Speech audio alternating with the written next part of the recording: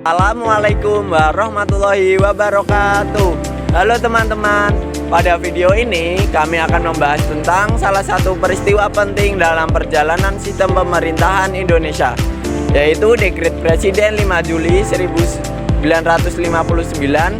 Dalam pemaparan ini, kami akan menjelaskan latar belakang yang meliputi kondisi politik pada tahun 1950-an, kebutuhan dalam sidang konstituante, serta isi pokok dekret yang dikeluarkan Presiden Soekarno. Kami berharap penjelasan yang disampaikan secara bergiliran ini dapat memberikan gambaran yang lebih komprehensif mengenai alasan terbitnya dekret tersebut dan dampaknya terhadap arah perkembangan negara Indonesia. Selanjutnya yaitu krisis politik yang mengguncang Indonesia tahun 1950-an. Pada bagian ini saya akan menjelaskan latar belakang yang melahirkan Dekret Presiden 5 Juli 1959. Pada periode tahun 1950-an, Indonesia berada dalam masa demokrasi parlementer yang ditandai dengan persaingan politik antar partai yang sangat tajam. Situasi ini menyebabkan pemerintahan menjadi tidak stabil karena kabinet sering jatuh sebelum menyelesaikan program kerjanya. Ketidakstabilan tersebut membuat negara sulit mengambil keputusan penting, khususnya dalam bidang ekonomi, keamanan, dan penataan pemerintahan. Di tengah kondisi seperti ini, demokrasi seolah tersandra oleh tarik-menarik kepentingan politik yang tidak pernah selesai. Selain itu, masyarakat kehilangan kepercayaan terhadap efektivitas sistem demokrasi parlementer, banyak konflik internal, gesekan antar golongan, dan perdebatan panjang di parlemen yang tidak menghasilkan solusi konkret bagi pembangunan negara yang masih muda ini. Kondisi ini menciptakan suasana ketidakpastian yang berkepanjangan, sehingga diperlakukan langkah konstitusional atau politik yang lebih tegas untuk mengembalikan stabilitas pemerintah agar proses pembangunan nasional dapat berjalan kembali dengan baik. Selanjutnya saya akan menjelaskan tentang latar belakang yang kedua, yaitu kegagalan konstituante menjadi faktor kunci yang mendorong keluarnya Dekret Presiden. Konstituante dibentuk melalui Pemilu 1955 dengan tugas utama yaitu menyusun dan menetapkan Undang-Undang Dasar baru sebagai pengganti UUD sementara 1950.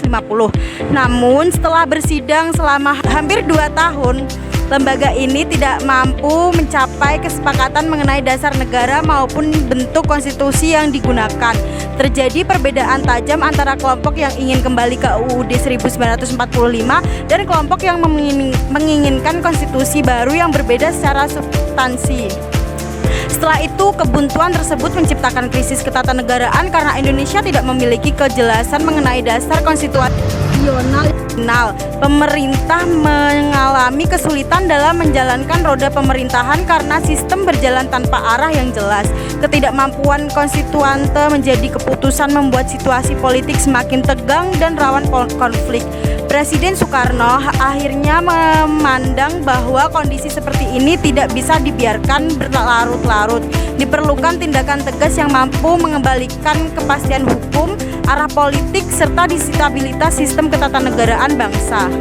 Isi Dekret Presiden 5 Juli 1959. Pada bagian ini saya akan menjelaskan isi pokok dari Dekret Presiden 5 Juli 1959.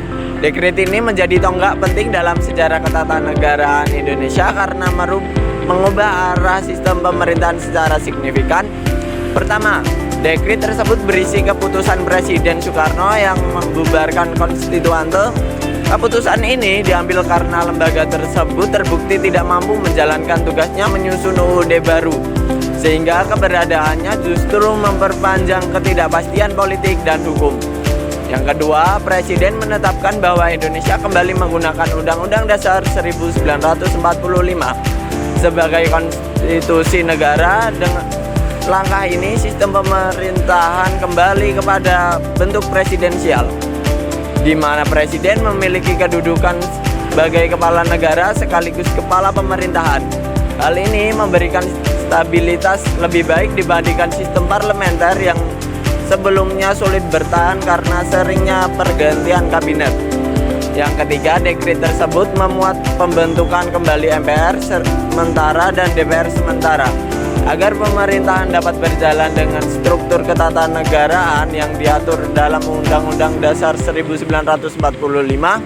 Selain itu, dekret menegaskan bahwa seluruh peraturan yang tidak sesuai dengan Undang-Undang Dasar 1945 akan disesuaikan, sehingga jalannya pemerintahan menjadi lebih terarah dan tidak bertentangan dengan konstitusi yang baru diberlakukan kembali tersebut. Setelah Dekret 5 Juli 1959 diberlakukan, Indonesia memasuki era demokrasi terpimpin. Sistem ini membuat peran Presiden Soekarno menjadi lebih dominan untuk memulihkan stabilitas politik yang sebelumnya sering terganggu oleh konflik antar partai.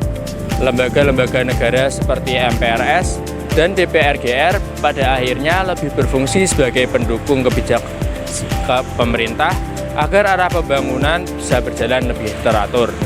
Selain itu, peran militer dalam pemerintahan semakin kuat karena diberi tugas rangkap di bidang pertahanan dan sosial politik.